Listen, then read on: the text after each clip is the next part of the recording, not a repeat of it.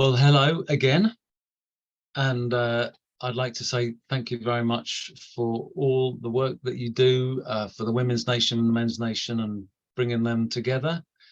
And what I'd love to do is ask you some questions about your up-and-coming Grail retreat that's happening in Glastonbury in December. Thank you. Yeah, got some questions for you just to help help men who would be interested in doing something like that, kind of understand some of the background of the feminine take on the Grail legend. So just a little further intro. I've read your book. I've almost finished it, and I'm finding it extremely interesting and rewarding to look at the whole Grail tradition through a feminine lens. And it certainly is a deconstruction of a lot of the male angle on Grail rites of passage, and it asks some very, very good questions of how that Grail legend or how the Grail rites were delivered back in the day. For a lot of men who'll be listening that I'll be in contact with, the presence of the feminine within male initiation has been lost or not seen, except for one tradition that is called Nobleman, where it's hosted by women. But apart from that, it tends to, in the men's movement that I'm familiar with, women aren't around all that much. So I'd be really interested to hear a little bit more about your perspectives. Thanks, Rex. Anything? Yeah, to be honest, it was only a few years back I thought the concept of a woman facilitating a men's event would be emasculating and unhelpful, and that it really was for the men to lead the men. However, I started receiving flashbacks to initiating men in what was the original Holy Grail rite of passage back in 2011. And then, my ancestors, because I have Welsh ancestry, assisted me in remembering and mapping what was a very complex sort of structure for social sustainability. So the Grail mystic tradition it consisted of many different rites, the Holy Grail being the Holy of Holies, which was, the rite of passage men undertook midwinter, on the understanding that men are governed by the solar cycle, just as women's menstrual cycle is governed by the moon. And so midwinter, when the sun's at its lowest ebb, is when men are at risk of depression, illness, injury, and suicide, particularly if their own relationship with the feminine within them is disempowered, because midwinter is the most feminine time of year, i.e. the darkest, the shortest day. And so if a man doesn't have a healthy inner feminine, then, his self-saboteur, his self-loathing becomes his nemesis. And traditionally it was when men turned 21 that they would go to the Grail rites for the first time and receive the key to the mysteries, which was then appropriated and distorted into being the key to the city of men. And, I feel that there is definitely a place for men's only spaces, particularly the rite of passage from boy to man, so the first puberty rite. But from the age of 14, which is halfway around Saturn return, Saturn being, if we think about the rings around Saturn, it's very much it's ruled by Kronos, Father Time. It's the initiating planet. Hence, when we go through Saturn return around age 29, it's when people grow up, and often get married, have a baby, start a business. But at age 14, so we're halfway around Saturn return, that's when we push back against authority. So that's when our boys really need a circle of men around them that can act as role models, aspiration figures, and also recognize this is a time when boys are individuating from their family of origin, from their parents, particularly their father. So they're needing to construct a persona that is, I suppose, inspired by the positive traits of many men. It takes a village, so rather than just say, I don't want to be like you, Dad, and rebel. And, when we rebel, we often just hurt ourselves. And then, doing the practice of the 12 sons, which I know you experience one of those circles with me. This, from the age of 14 to 21, prepares men then to come to the midwinter annual Grail rite of passage. So a lot of the men that will see this interview, that I know through the men's work that I do, will associate the main rites of passage for men to be men initiating men in the journey of coming from being a boy into a man. Now, that might be men in their 20s, 30s, 40s, or even 50s, are going through that particular rite of passage through these various organizations. And so it's often voiced as a moving away from the mother. Into the world of men, into the world of the outside world, away from the camp, away from the home fire, into potentially danger. And the initiation normally, so there's a separation, and there's some kind of descent with a trial, and then there's a return back to the village with, traditionally some traditions the boys will come back as men with different names. So, and they're addressed by those different names as well, as that sort of separation from boyhood. So I think that there's a lot of familiarity with that, and that's often associated with leaving the home, the hearth, the feminine, and coming into more of a men's world. And that can be repeated, as I said, through the decades. It's these later rituals and later initiations that there's not a great deal of knowledge about. So could you say something about how you understand the different rites of passage and the role of the feminine within them? Yeah, for sure. Look, I totally agree that rite of passage from boy to man is very powerful, even as a retrospective for men that never received that. And, I've done the equivalent monarch welcome to womanhood for women for the last 26 years. And the oldest woman I initiated was in her 80s. So it's never too late, and it's very powerful to receive that rite. However, as you said, it's about individuating from the mother, right? That's not the end of the story. Otherwise, we create polarization, which is men feeling that if in order to be a man, they've got to be separate from the feminine, okay? And that's appropriate for the age of boys in their youth, all right? In order, to find their own identity as a man, their own pride in their masculinity and the strengths in their masculinity. But then, if a man doesn't do these subsequent rites, he remains half a man, because a man who's stuck in the youth or night stage, he equates being a man with being the opposite of a woman, i.e., hypermasculine, and often repressing the more feminine traits.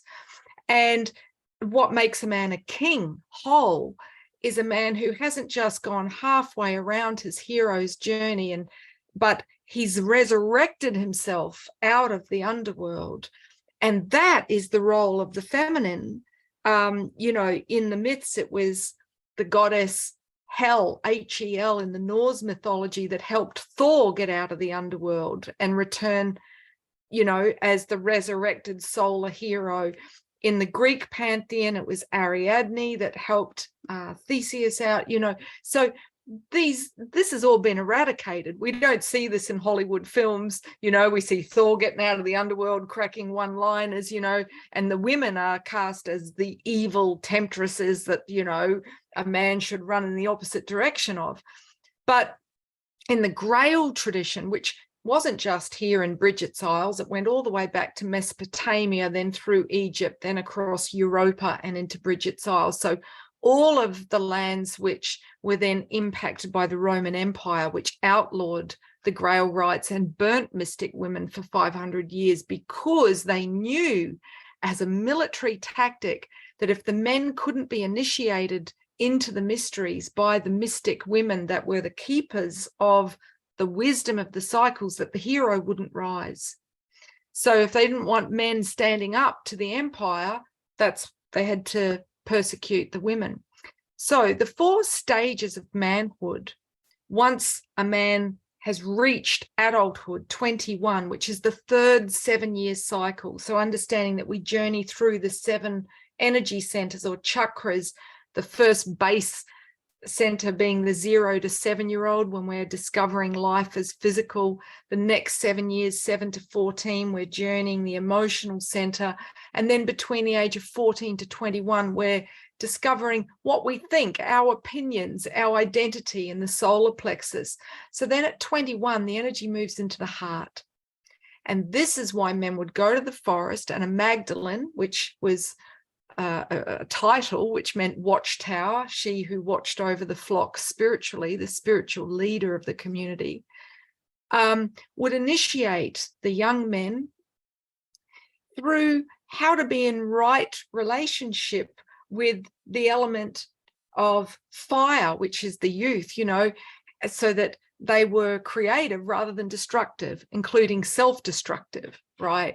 So this prepared men for union. It was the original stag night, you know, to awaken the stag who sheds his antlers every winter, on the understanding that a man needs to shed his old identity in order to mature, just like a woman sheds her uterine lining once a month in the Moon Lodge and has a practice to midwife that shamanic death and rebirth. This was the male equivalent, on the understanding that men's bodies don't initiate them. So all Indigenous people created these rites as an equivalent so that men's psyche matured. So the next stage is the king. So the king, this is supporting men often to make that transition into committed relationships, into fatherhood. You know, this would be a rite of passage that would be witnessed at the annual Grail rites by all the men. The next stage is the Magi, and this is midlife. So, you know, in our 40s, when there's a lot of planetary transits that really cause us to question what trajectory we're on and who we are now and how our values have changed. And without understanding this, we see midlife crisis, okay? And a lot of marriages break up at this time. So the Magi is the magician, but the sacred magician, so the Jedi, okay?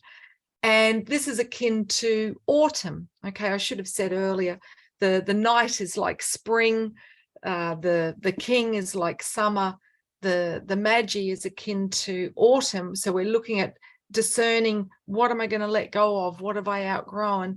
To prepare us then for the sage, the time of the elder, of winter, at looking at what our legacy will be and our own self-actualization, to prepare for our rebirth into the cosmos.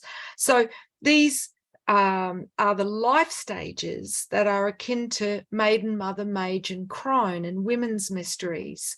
So these are different from the archetypes. The archetypes which map the masculine half of the psyche are the 7 facets that comprise the male half of our psyche, because the soul is both feminine and masculine in all people. And these are Pan, the wild man, in the base, Aries, the warrior, in the sacral, Apollo, the statesman, in the solar plexus, Cernunnos, the green man, the good king or father, in the heart, in the throat, Chiron, the spiritual teacher, in the third eye, Hermes, the Magi, and in the crown, Dionysus, the sort of the Zen Buddha, the god of ecstasy and altered states.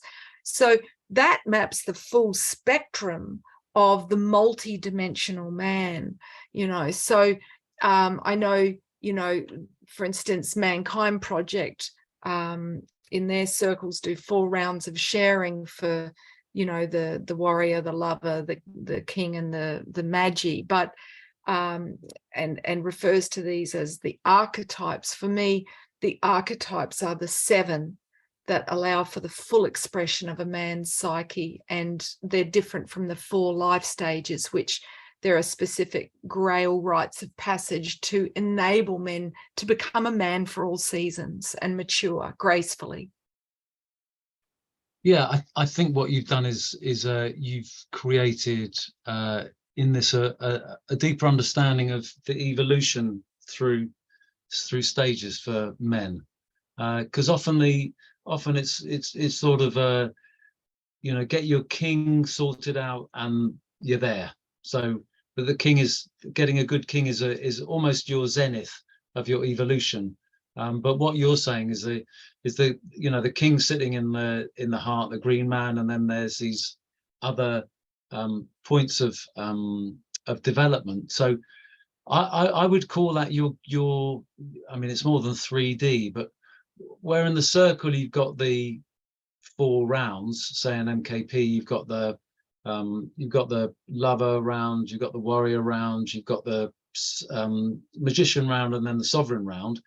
You're looking at a kind of technology to embrace a large part of what it is to be a man, and then you're putting that as a kind of horizontal thing, and then you're putting the vertical in with the you know, these developmental stages. So at any point, a man could be sharing from those 4 spaces, or working those 4 spaces, wherever, at whatever level of elevation he is.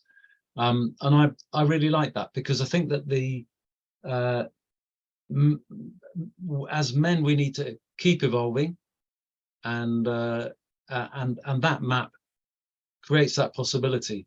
And there's not many maps out there in the men's movement that do what you're describing just there. So yeah, it's a very important dimension. Thank you. Yeah, look, structure. If we think about a tomato needs a trellis, so do we, you know.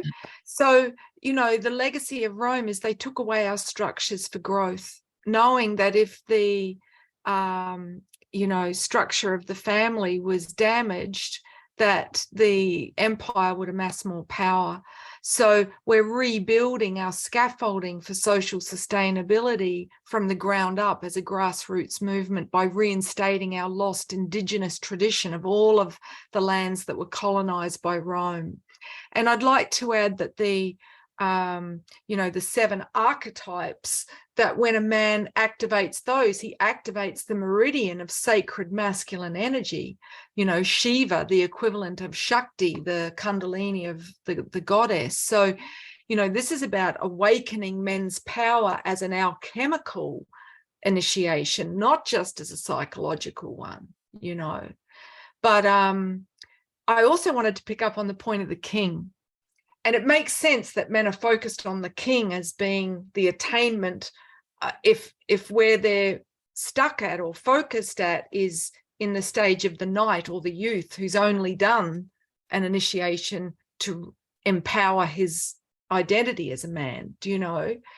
But yeah, the king in the rite of the Holy Grail is who we journey with, and I'll explain why. The mythos of the green man, of Cernunnos, and here in England, you know, you see everywhere the green man and the stag, which I just, you know, warms my heart.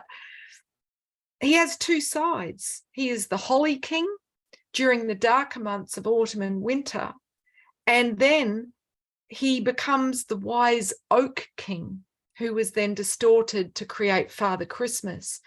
And it was through having this initiation of the Holy Grail at Yule that men could allow the Dark Lord, the Holy King, to be put to bed and to reawaken the good king the oak king, the wise, benevolent king, which is that restorative father rather than the punitive father, the inner slave driver, you know, the Darth Vader, the dark father of the Holy King, so that he would return to his family from the forest on December 25th, you know, 4 days after the winter solstice, and his family will have been holding a vigil of light, singing carols, baking things, awaiting his return so they could celebrate the good king.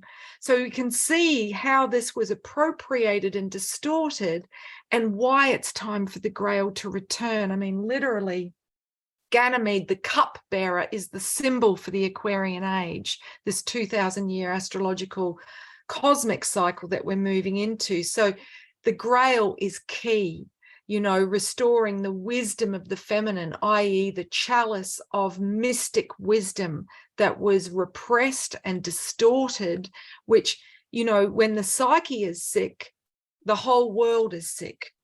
And what the Grail teaches is the land and the men are one. When the king is sick, the land is sick.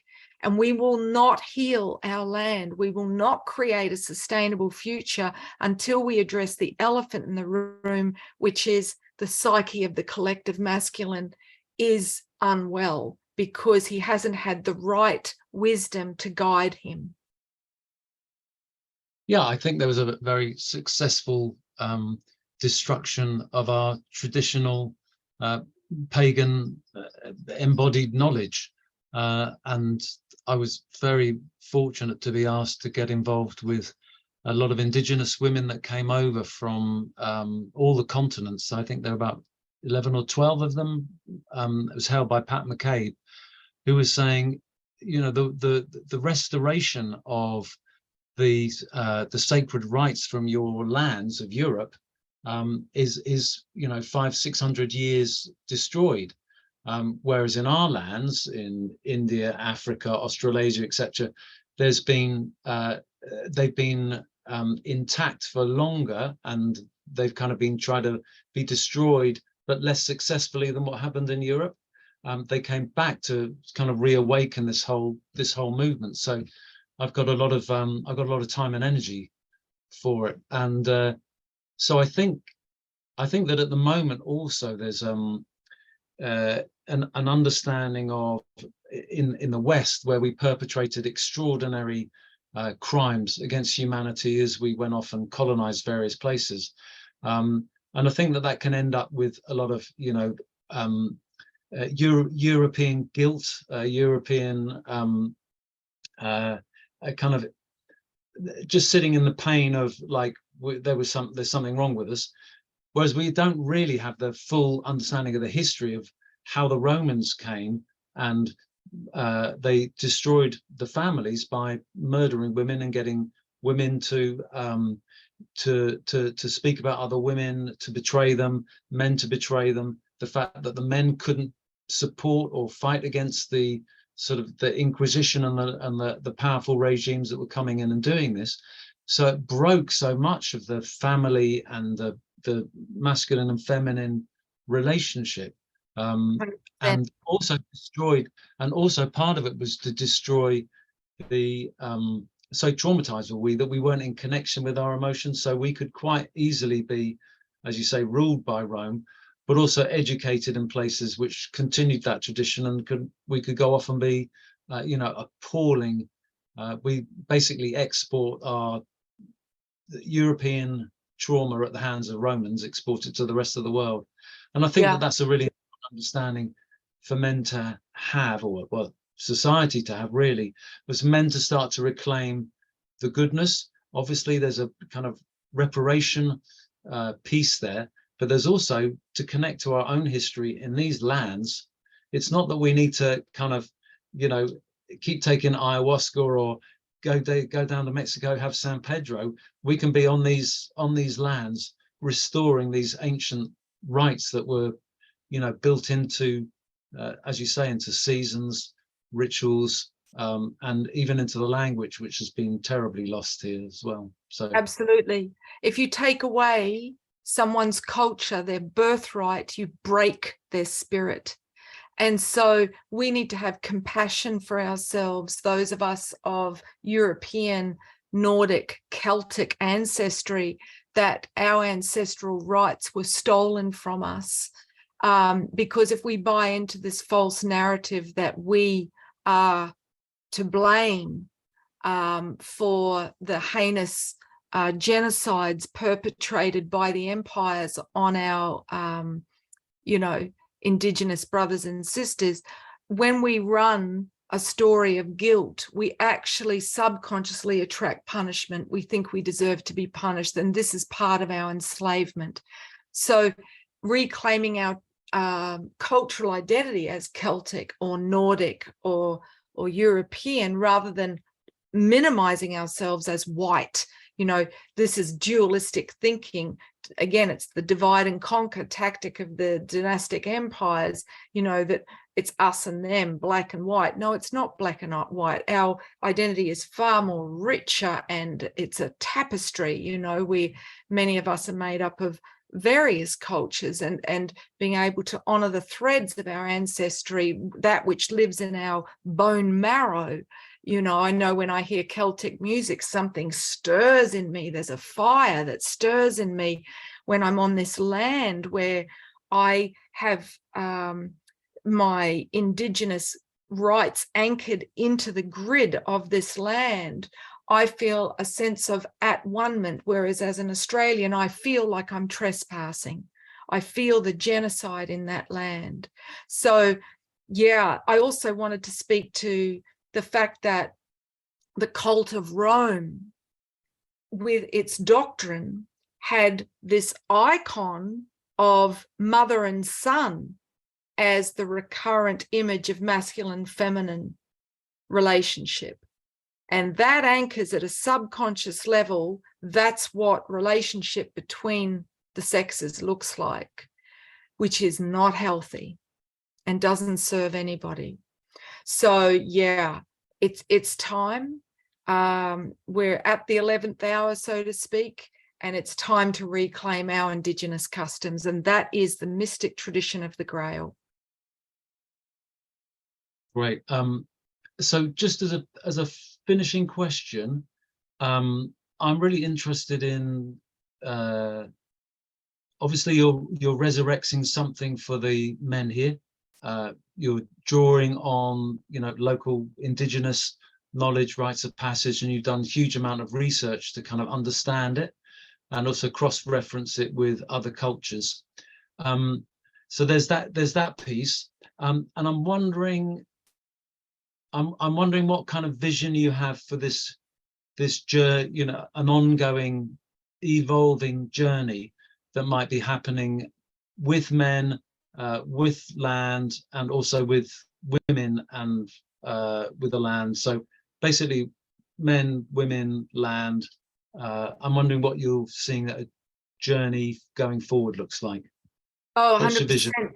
So I want to apply to be a resident here, so that I can create an educational retreat center where people can come and experience these ancient community practices that together were the tapestry of the Grail mystic tradition, which includes initiations to prepare both men and women for sacred union, by healing their relationship with their foundation gender, and then creating that inner marriage as a foundation for healthy interpersonal dynamics, as well as the 12 Sons, which was the Knights of the Round Table practice. So it wasn't a piece of furniture, it was a practice where men would journey the archetypal hero's journey in alignment with the sun's transits around the zodiac, on the understanding that when we combine the wisdom of the cycles with the mythology, it comes to life and we live the hero's journey. We're not just passively watching it on Hollywood screens. So yeah, look, there's a whole, I've got a big vision, and yeah, I'm excited. I'm, seeking people that this resonates with as a calling to partner with me to create this vision. Lovely, thank you very much. So there'll be a link to the Grail course. What do you call it? The Grail? for December? Yeah, so it's the Grail Retreat for men, and it's happening, I believe this will be the first time the Holy Grail will have been enacted in 2,000 years. So it's in Glastonbury, which I'm thrilled about, being a traditional Grail site, December 17 to 22, 2023.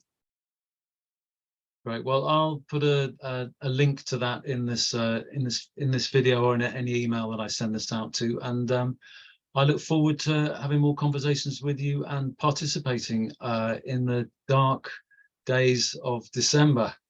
And I really appreciate your work. Thank you very much. Bless you. Thank you so much for being humble and receptive. You know, that is the mark of a Grail initiated man right there. Someone whose cup is empty and able to receive. So bless you, Rex. I really appreciate having you as an ally. Right. May our cups overfloweth at some point anyway. Take care. Bye for now. Ciao.